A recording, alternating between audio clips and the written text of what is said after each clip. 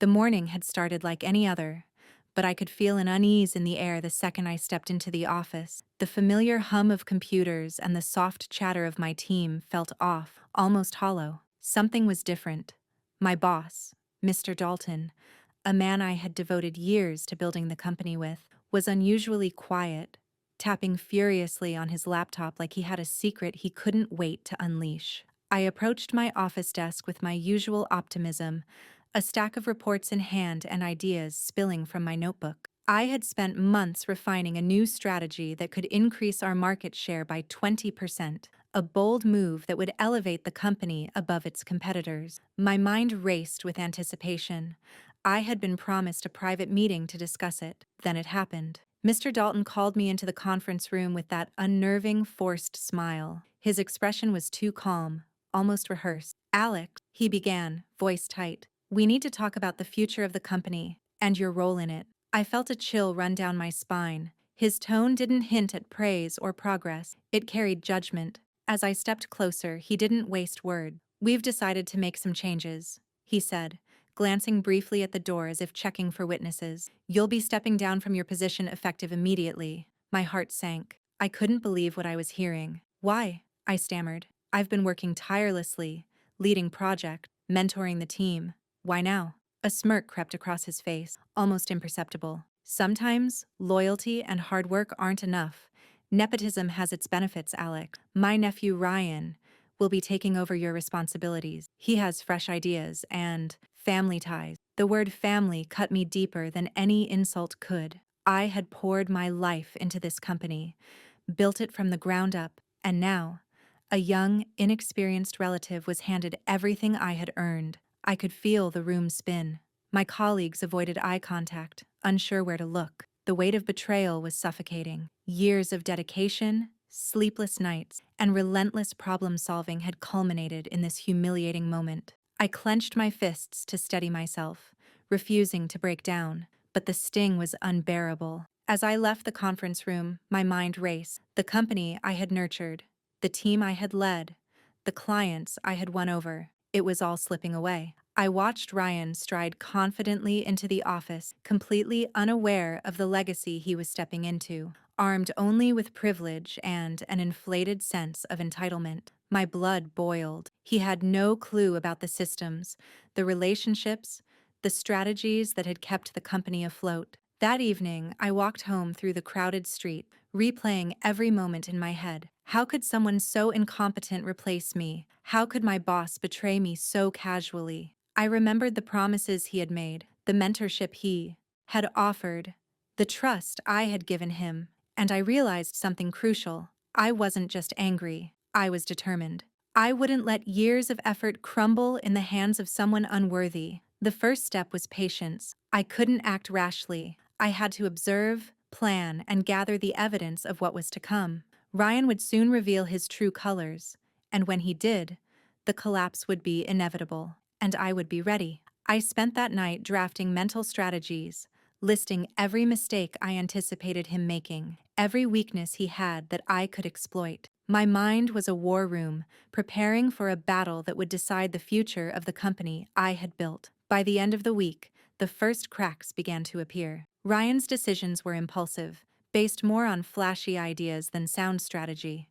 He alienated key clients with poorly thought-out campaigns and ignored the experienced team members who had guided the company for years. Emails piled up with complaints and confusion. The people who had once respected me looked at me with pity or fear, unsure how to navigate the chaos his inexperience was creating. I watched silently, taking meticulous note, documenting each failure. I wasn't there to sabotage. It wasn't necessary. His incompetence was self-sustaining, and soon it would become evident to everyone, including my boss. Each misstep, each costly decision, each strained client relationship was a nail in the coffin of his brief reign. And I knew, deep down, that my opportunity to reclaim what was mine would come. By the time the first quarter ended, the financial reports told a story I had predicted. Profits had plummeted, client retention rates dropped, and internal morale hit an all-time low.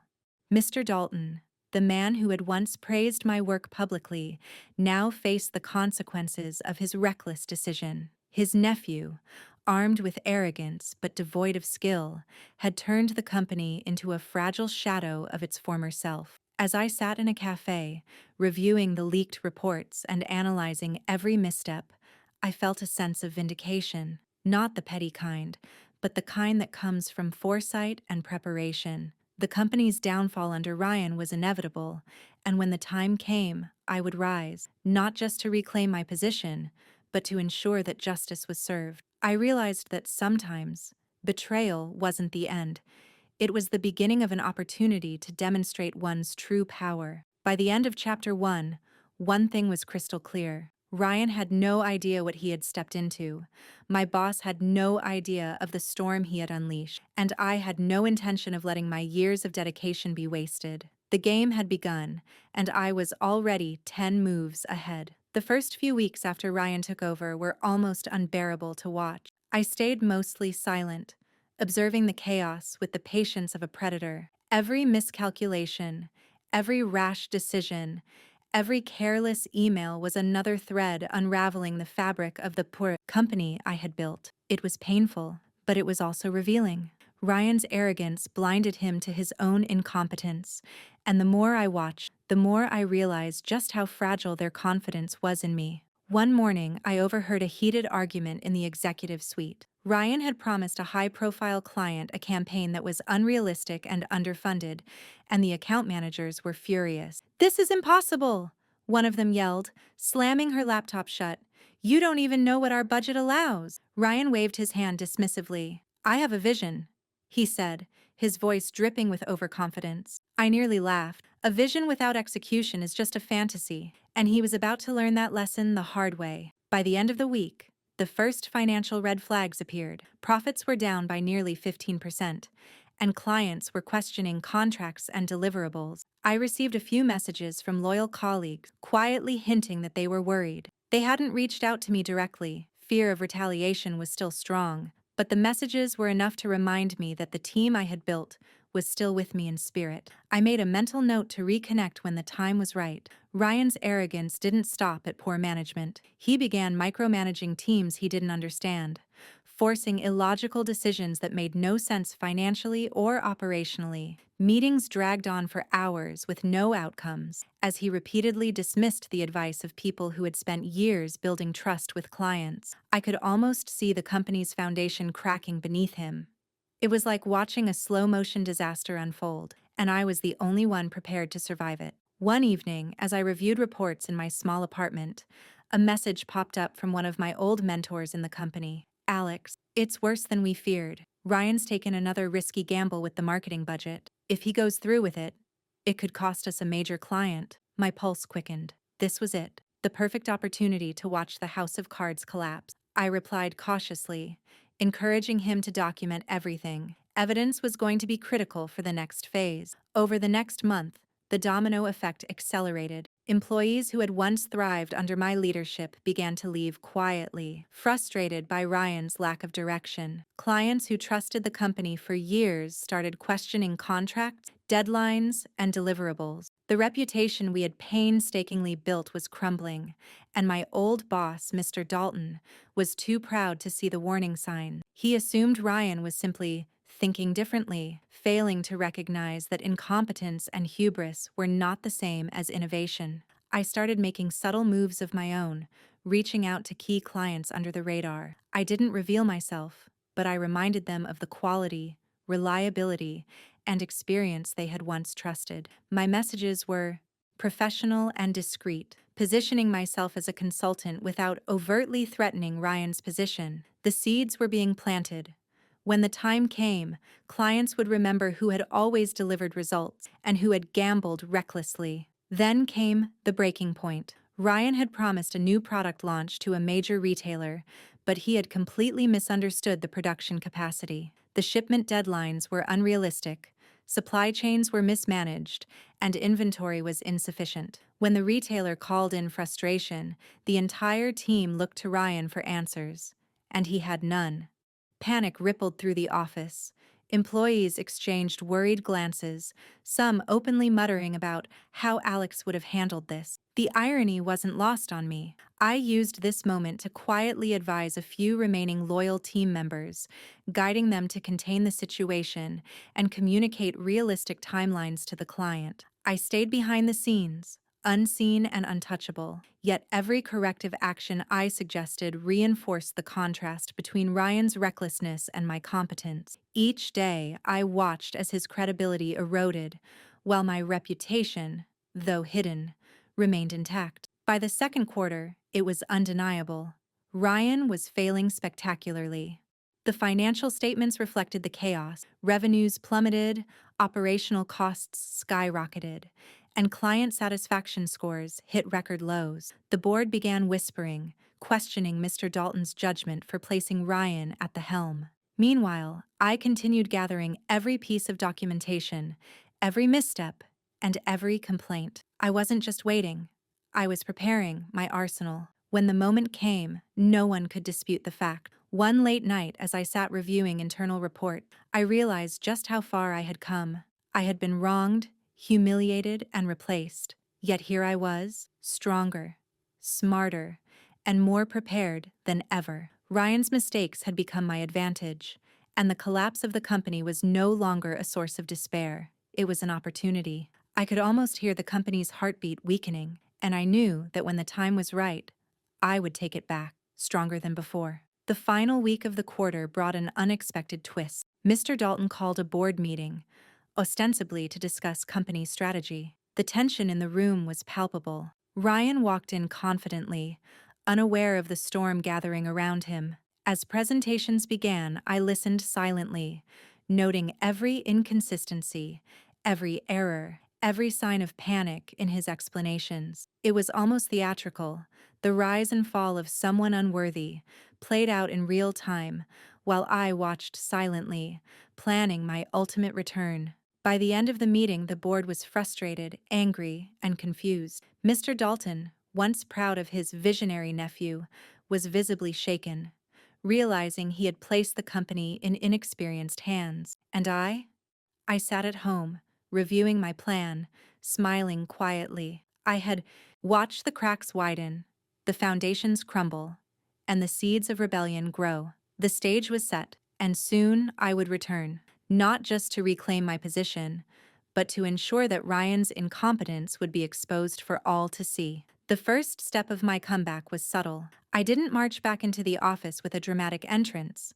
That would have been too obvious, too predictable. Instead, I focused on rebuilding alliances quietly, leveraging relationships I had cultivated during my tenure as CEO. I reached out to key clients under the guise of market research consultations, ensuring that I was the calm, competent voice in contrast to Ryan's growing chaos. It didn't take long for the whispers to. Clients began questioning recent decisions, sharing their frustrations about missed deadlines and poor communication. I listened, offered guidance, and subtly reminded them of the stability they once had. They didn't know it, but every conversation strengthened my position, laying the groundwork for a full-scale return. I had become the invisible safety net, the unseen anchor the company had always relied on. Meanwhile, internally, the office was unraveling. Employees who had once been proud to work under my leadership were demoralized, frustrated by Ryan's erratic directives. I reached out discreetly to my old team leaders,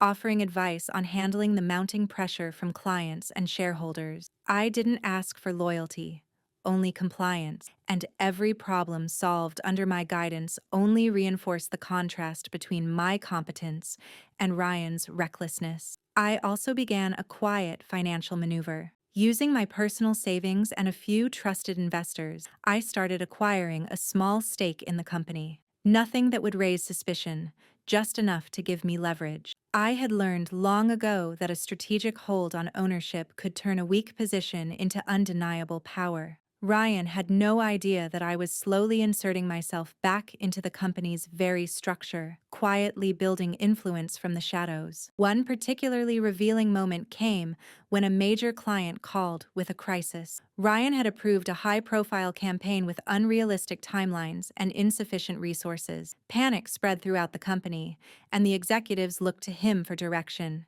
He froze. I received a discreet message from one of my loyal former managers, asking for guidance. I responded calmly, outlining a detailed plan that would salvage the project. The client was impressed by the professionalism and clarity, completely unaware that the guidance had come from their former CEO. As the weeks went by, Ryan's confidence began to crack. He started noticing the loyalty shifting quietly back to me. Employees who had tolerated his incompetence now whispered about how things used to be under my leadership. He tried to assert authority, but every decision was questioned, every move second-guessed. I wasn't interfering openly, I didn't need to, but my invisible hand was everywhere. I was like a shadow guiding the ship while the captain struggled to keep control. Then came the turning point. The board, frustrated with declining profits and dissatisfied clients, called for an emergency meeting to review Ryan's performance. I knew this was my chance. Armed with documentation, financial reports, and client testimonials, I prepared a strategic presentation. But I didn't attend in person.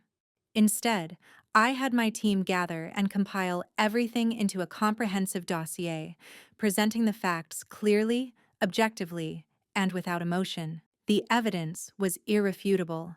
The board's reaction was immediate. They questioned Ryan relentlessly, highlighting missed deadlines, declining client satisfaction, and poor financial judgment. Ryan tried to defend himself, but his lack of preparation and his overconfidence betrayed him at every turn. Every mistake, every oversight, every rash decision was now on record. The board members exchanged glances, clearly realizing the extent of his incompetence, and all the while I remained unseen, the orchestrator of his exposure, the silent force behind the truth. By the end of the meeting, the board had reached a unanimous decision. Ryan's position as CEO was untenable. They needed someone with vision, competence, and proven leadership. Naturally, I was the only logical candidate. I had the track record, the respect of the employees, and the strategic insight to take the company forward. I quietly began negotiations with the board, using my partially acquired stake as leverage, ensuring that when the time came, my return would be complete and uncontested. Finally, the day arrived. The board convened, Ryan was asked to step down, and I received the call I had been waiting for, my formal reinstatement as CEO. But I didn't rush back in for vengeance. I didn't storm the office or confront him with theatrics. Instead, I walked in with calm authority, every step measured, every expression controlled. The employees who had weathered months of chaos greeted me like a beacon of hope returning. The energy in the office shifted instantly.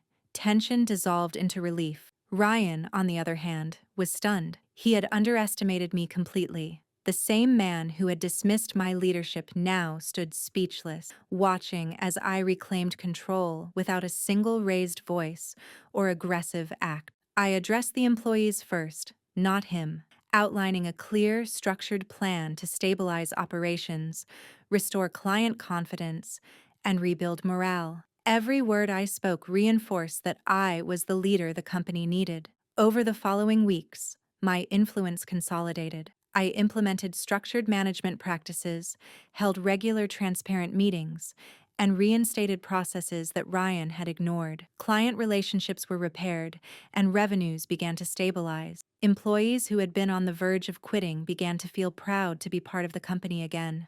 And Ryan? He was left powerless, observing the transformation he had been incapable of managing. By the end of the quarter, the results spoke for themselves. Profits were up, client satisfaction soared, and the company's reputation began to recover. I had orchestrated a comeback so thorough that it left no room for doubt about my capabilities. The silent strategy, the careful observation, and the patient patience had paid off. I hadn't just returned. I had returned stronger, wiser, and completely in control. And somewhere, in the background, I knew Ryan was still processing the reality. The person he had dismissed, undermined, and replaced had come back not just to reclaim a position, but to reclaim the company itself. I had not only survived his recklessness, I had turned it into my ultimate advantage. The day of the ultimate showdown arrived quietly. There were no dramatic banners or flashy announcements. I walked into the boardroom as if it were any other day, yet inside,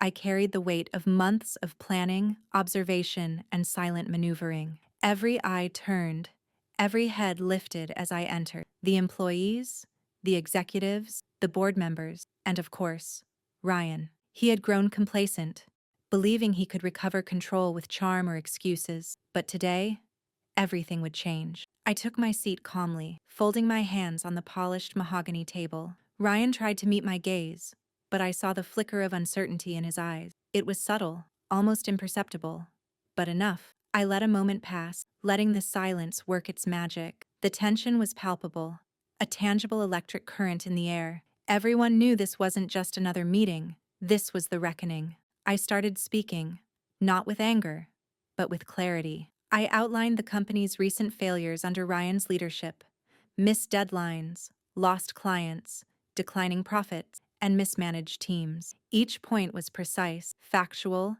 and irrefutable. There was no emotion, no theatrics, just evidence. The board members listened intently, flipping through the documents I had meticulously prepared, their expressions shifting from curiosity to shock as the truth unfolded. Ryan opened his mouth to speak, to defend himself, but I had anticipated every argument, every excuse. I had charts, timelines, emails, and testimonials ready to counter every word he could utter. The room was silent except for the soft shuffle of papers and the occasional whisper among the board members. I was no longer invisible. I was the force they hadn't seen coming, the architect of a truth they couldn't ignore. Then came the most important part of my strategy: the demonstration of loyalty and support. I called on the key managers and employees who had suffered under Ryan's chaos. Each one spoke candidly about the struggles they faced, the mismanagement, and how operations had stalled. Their words carried weight because they weren't scripted. They were authentic, raw, and undeniable. Ryan's eyes darted nervously from one person to the next, realizing that the people he had once dismissed now aligned with me, not him. The board members exchanged looks, murmuring among themselves. I could feel the shift in the room, the tide turning. They had been patient long enough. Their confidence in Ryan had evaporated, replaced by undeniable evidence of his failures. And here I was, composed, confident, and ready to lead. I presented a roadmap for recovery: new client acquisition strategies, operational restructuring, and employee engagement plans. Everything was detailed, actionable, and convincing. Ryan tried one last desperate attempt, claiming loyalty from a few key accounts, suggesting that he still had influence, but the board cut him off, asking for concrete data and proof. He faltered. His charm and charisma, which had once shielded him, now exposed him as incompetent and unprepared. Each passing minute cemented the inevitable.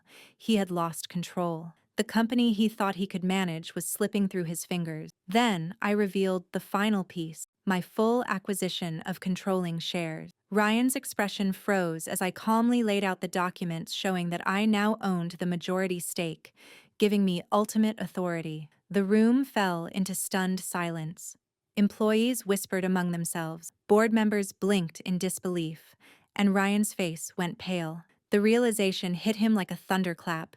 He was no longer in power, no longer the CEO, no longer even relevant. With authority, I stood, letting my presence fill the room. I addressed the board directly. The company has suffered under indecision and mismanagement. Today, that ends. I am officially taking over as CEO. We will rebuild, not through fear or favoritism, but through competence, strategy, and respect for every member of this team. My voice carried conviction.